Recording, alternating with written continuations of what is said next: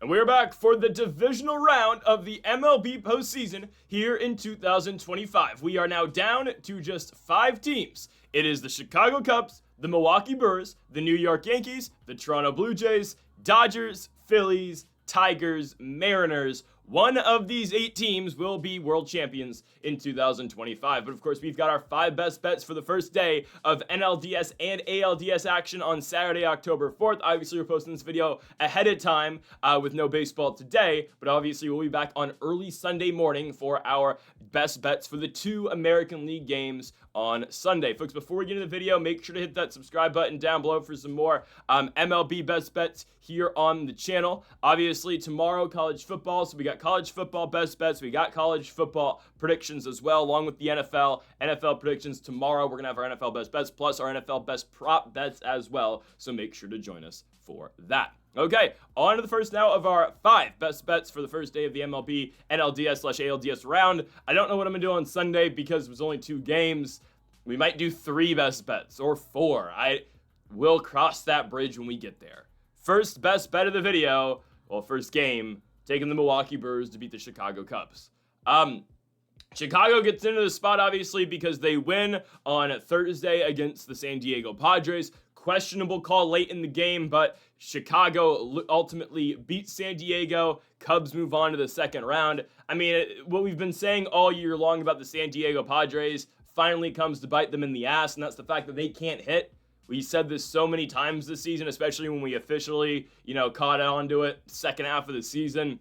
Padres can't hit the baseball, even though, yes, they have a star-studded lineup, and on paper, 1, 2, 3, 4 should be phenomenal for that baseball team, but obviously they fell apart, and I mean, it sucks when Machado goes 1 for 14 in the playoffs, and Tatis goes 1 for 15 in the playoffs. Regardless, I'm taking the Brewers to win game number 1 against Chicago. The Brewers were the best team in the regular season. The playoffs go through Milwaukee.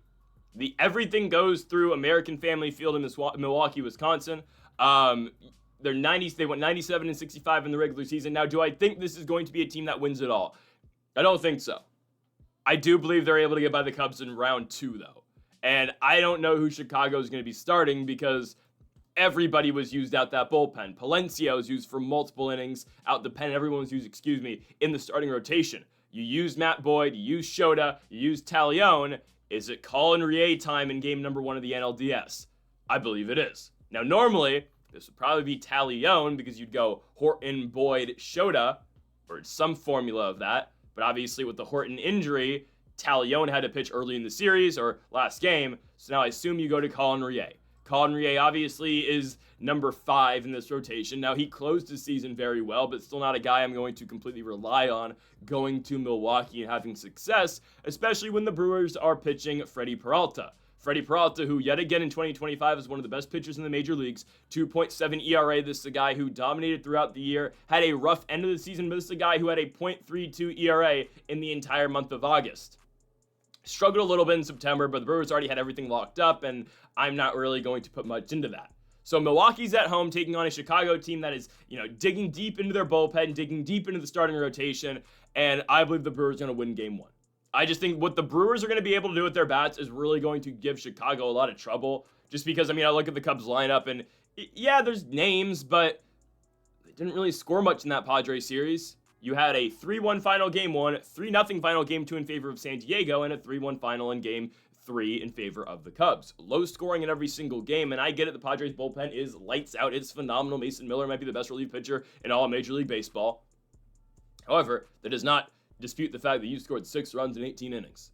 And if you only score 6 runs in 18 innings against the Milwaukee Brewers, I can almost guarantee you they're going to win 2 out of 3 of those games. Because I don't know if you're going to shut down this Brewers lineup. And again, on paper, who are they batting? They're batting, Andrew Vaughn, Bryce Turang, Joey Ortiz, Isaac Collins. Again, I'm just naming names off the lineup. Sal Frelick, obviously, is going to be batting pretty high. Christian Yelich is DHing. You got Rhys Hoskins off the bench. It's not a star-studded lineup at all, but they just find ways to win.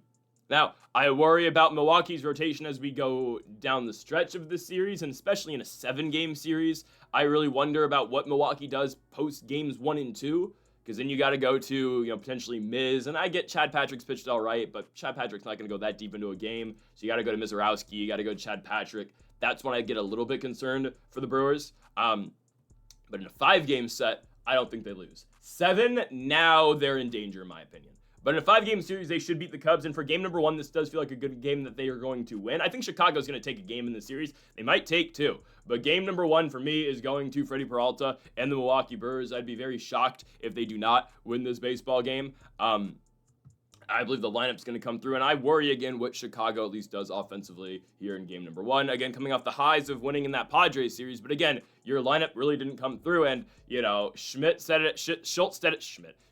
it himself after the series. I mean, Dansby Swanson won the Cubs that series with his glove. If Dansby Swanson is not playing shortstop, the Cubs don't win that series. So, they played a great defensive series, they pitched well. The bats, I think, are going to be a little concerning going to Milwaukee, and I believe that's why the Brewers take game number 1 at home. We move on now to our second game of the day. Let's go up to the 6th. Toronto, Ontario, Canada, as the Toronto Blue Jays host game number 1. Again, both 1 seeds play first. Brewers, then Blue Jays. Toronto hosts the New York Yankees.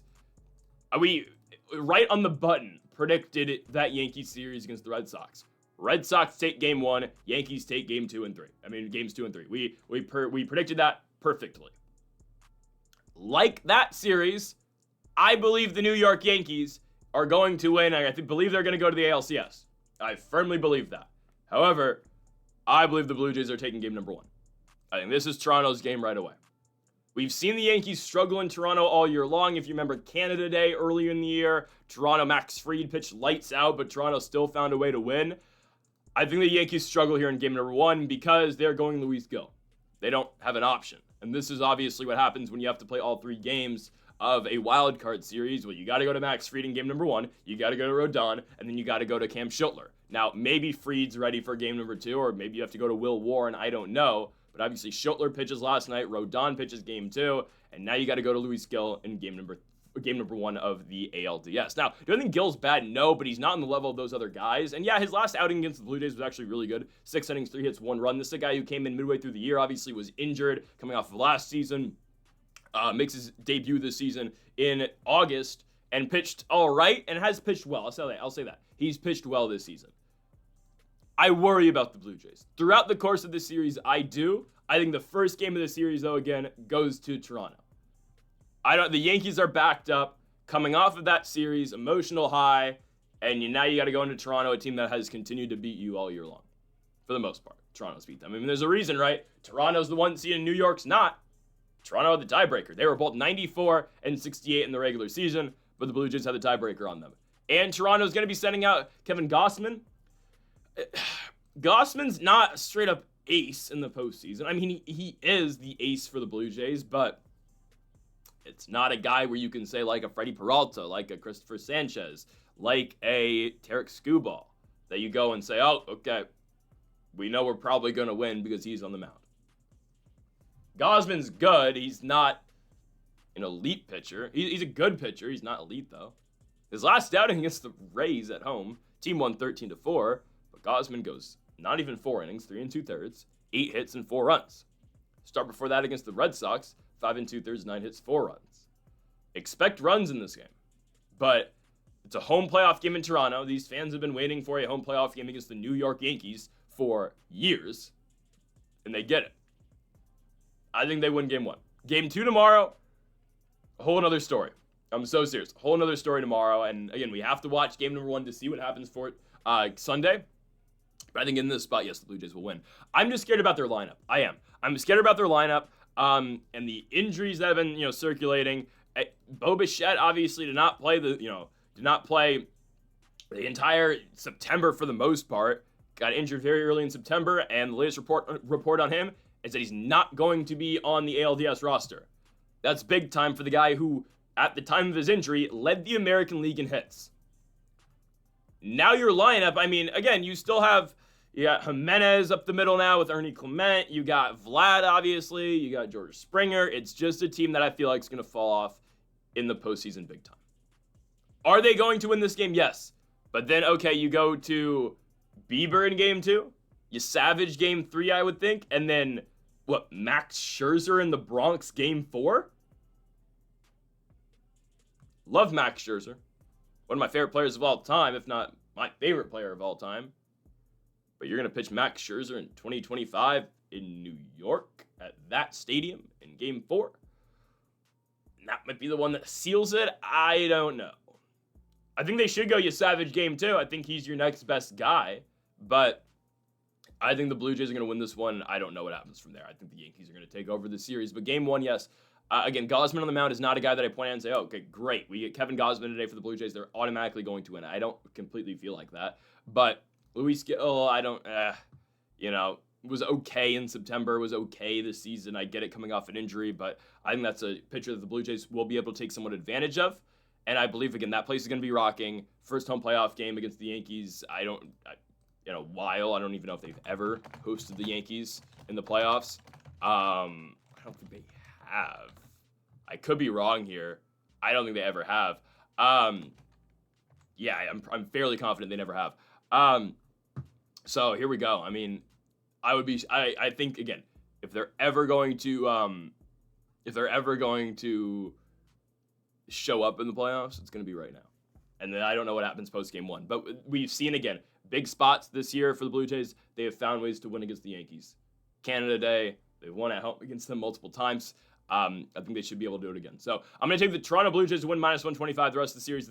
I think it's very tricky for Toronto, but we'll take them right now. Our third best bet of the video. Here's the one and only player prop for today, Bryce Harper. The face of the sport, other than Shohei, the American face of the sport, Bryce Harper, shows up in the playoffs. He is the ultimate playoff riser. Ohtani on the mound, Harper at the plate. Give me Bryce. I mean, if you look at the all-time postseason home run leaders, Kyle Schwarber is actually above Bryce Harper, but Bryce Harper is right there. Harper's at 15, and he's 32. And he's played in way less postseasons than Kyle Schwarber has, right? Harper comes into this postseason with 17 home runs. The question is, how far will he go up in this postseason? 1 home run ties him with Mickey Mantle, Reggie Jackson, Nelson Cruz, Carlos Correa, Giancarlo, who's obviously still playing in this postseason as well. 2 ties him with Pujols, Springer, Corey Seager, Alex Bregman. 3 ties him with Derek Jeter. And 4 puts him in the top 5. And we've seen all-time playoff runs out of Bryce Harper before. 2022, 2023. Last year, he hit 1 home run in Game 2, and nothing really went well for the Phillies last year in the playoffs. He's going to do it again this year. And I believe he hits a home run. We are taking the over 1.5 total bags, just because in case, it's 2 singles or it's a double, because we've seen Bryce. Again, guys, Bryce Harper in 2022, that was the greatest postseason run I've ever seen. I mean, it was incredible. The dude walked into the World Series batting .400. I mean, nobody does that in the playoffs. Obviously, the Astros kind of found a way to limit Harper after he hit the big home run in game number 3, but it is what it is. Harper shows up in the playoffs. When his team needs him most, he shows up. 2023, he was good too, hit 5 home runs. 2022, that was peak Bryce Harper in the postseason. And last year too, Bryce Harper clears this line last year in 3 out of the 4 games that the Phillies played. And they lost 3-1 against the Mets. But game 1 against the Mets, Bryce Harper hits a double, huge double. Game 2, Harper hits a home run to reignite that crowd. Red October, right? Big home run to get the Phils back in the game, that only game that they won last year in the playoffs. Game 3, he only had a single, RBI single. And then game 4, he had a double. So Bryce had a good postseason last year. His team just couldn't keep playing to give him more at-bats. I think we forget how good Harper is sometimes. 27 home runs in a season in which he missed a fourth of the games. I mean, he was going to have another probably 35 home run year if he didn't get injured again. Definitely 100 RBI. I mean, Bryce is still an elite player in the sport. While all the attention may go to Kyle Schwarber right now, don't forget Bryce Harper is on this team too. Ohtani versus Harper is the matchup we're going to get, and Bryce Harper is going to win that matchup. I'm telling you, Shohei is not ready for prime time on the mound, and at the same time, that's going to take away from Ohtani on the bump. I'll say that right now.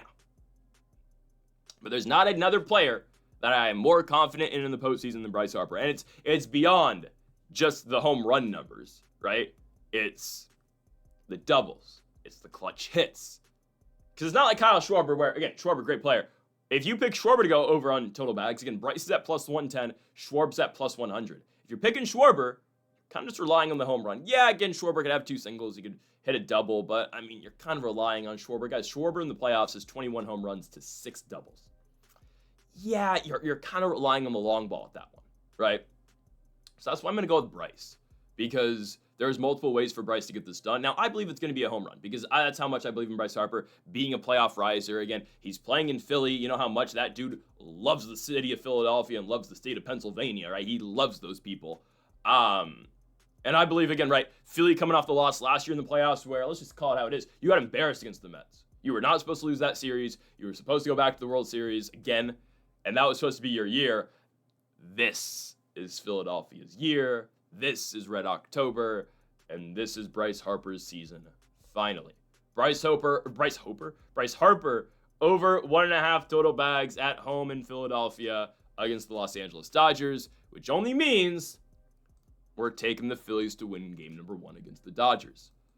I believe Philadelphia is going to win this series in 4 games. Maybe 3. I don't want to say that because, screw the Reds, okay? I think they win it in 4. I think they do. And I know they're going to see Shohei, Glasnow game 2, Snell, Yamamoto, and then Ohtani game 5. Okay, well, who are you going to see from Philadelphia? Sanchez? Is Ranger going game 2, or are they going to have to go Luzardo because of Ranger's injury? I don't think so. I think Ranger's going to go game 2. Luzardo game 3. Aaron Nola game 4. Oh, no. And then Christopher Sanchez game 5.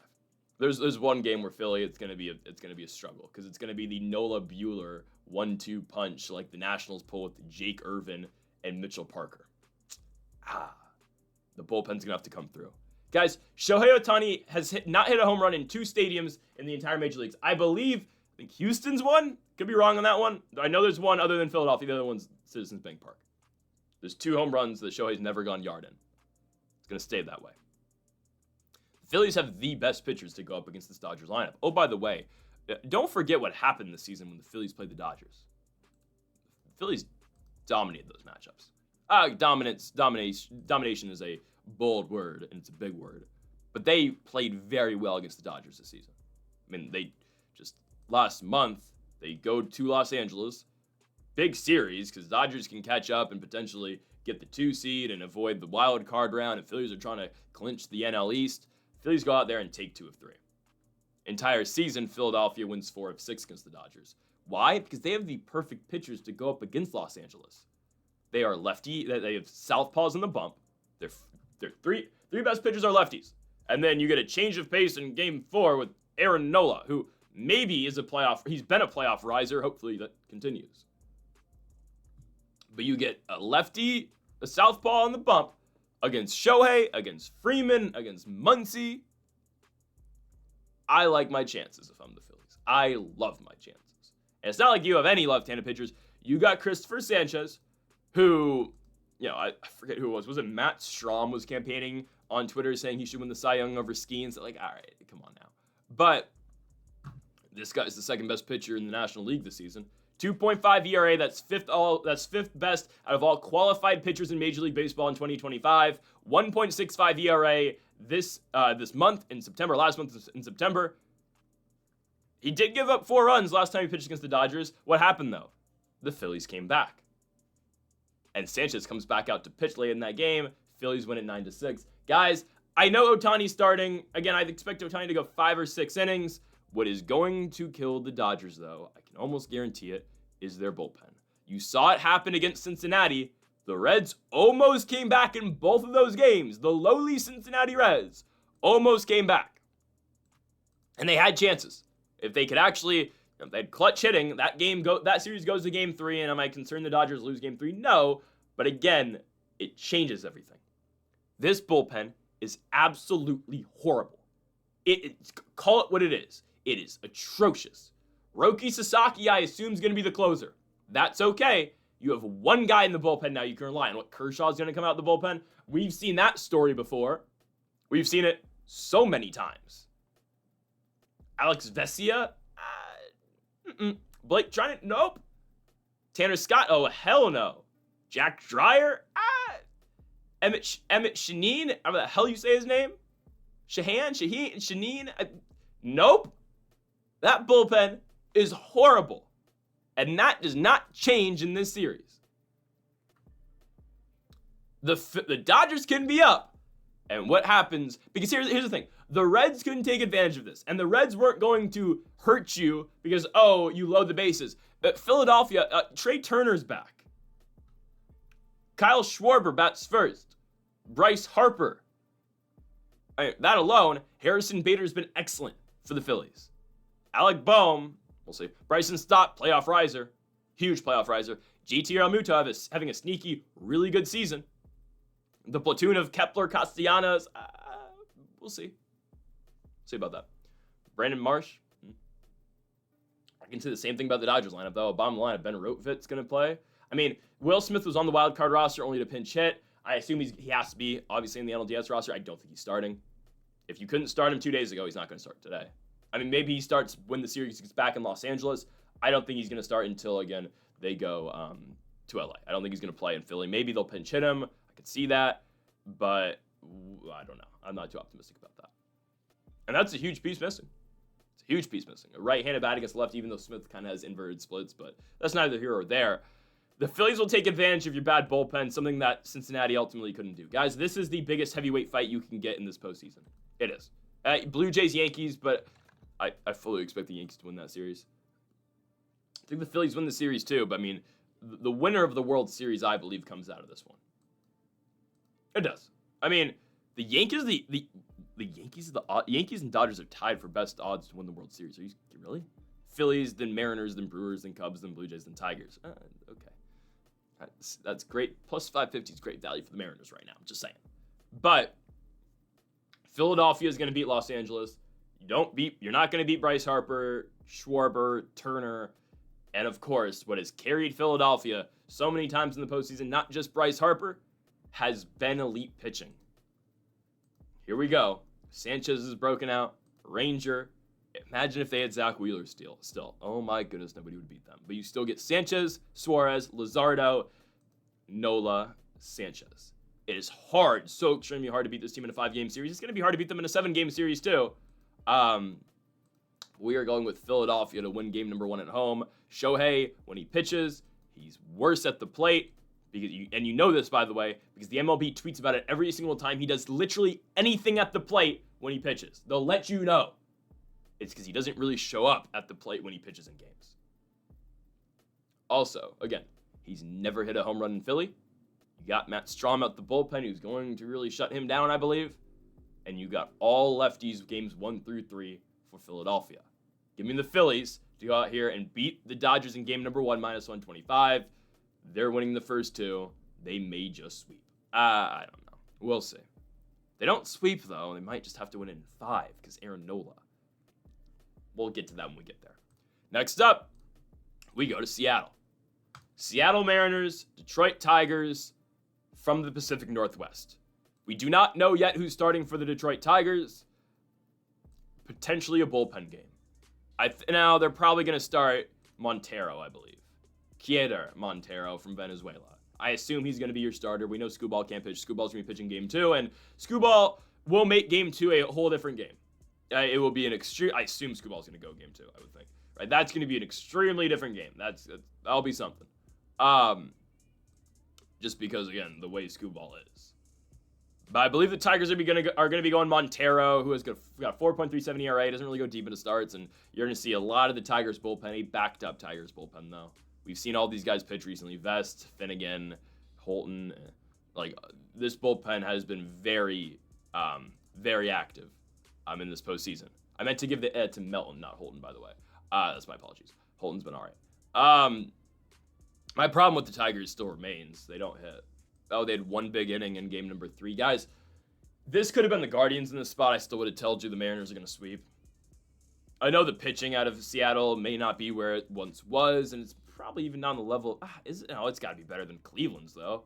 Because, guys, here's the thing. It's not like Cleveland had a rotation full of aces. You had Parker Messick. You had, Cantillo pitched some, obviously, at the bullpen, but you're pitching, you're pitching a long list of guys Tanner Bybee and Slade. It's just, You don't have an ace in that rotation. You really don't.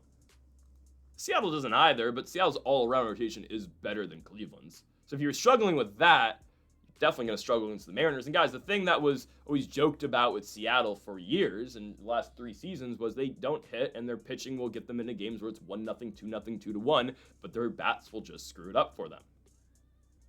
It's not the case anymore. They are the biggest live and die by the long ball team I have ever watched. That's what the entire team does. Cal Raleigh, Randy Rosarena, Eugenio Suarez, Josh Naylor, and I could keep going on, Julio Rodriguez.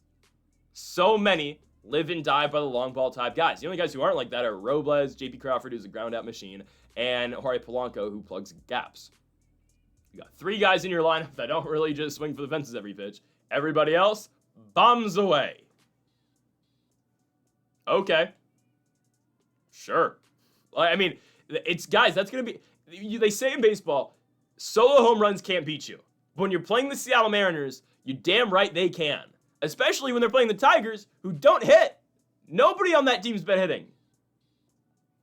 Again, I expect it to be Kieter Montero versus George Kirby as the pitching matchup tomorrow night. Home game in Seattle. Mariners are the number 2 seed. They finally ripped that division away, the AL West, from the Houston Astros. So I'm taking Mariners -1.5. Guys, Detroit might not score. And it's not just the rotation that makes Seattle good. Their bullpen is electric as well. Andres Munoz is a guaranteed 3 outs in the 9th inning. How you get there? Well, Matt Brash, obviously, and then Gabe Spear, Caleb Ferguson, Carlos Vargas. There's guys. Bryce Miller. Ooh, I don't want to see Bryce Miller out the bullpen. But I can almost guarantee you Kirby and Castillo are going to give them good innings. I don't know what's going on with Brian Wu.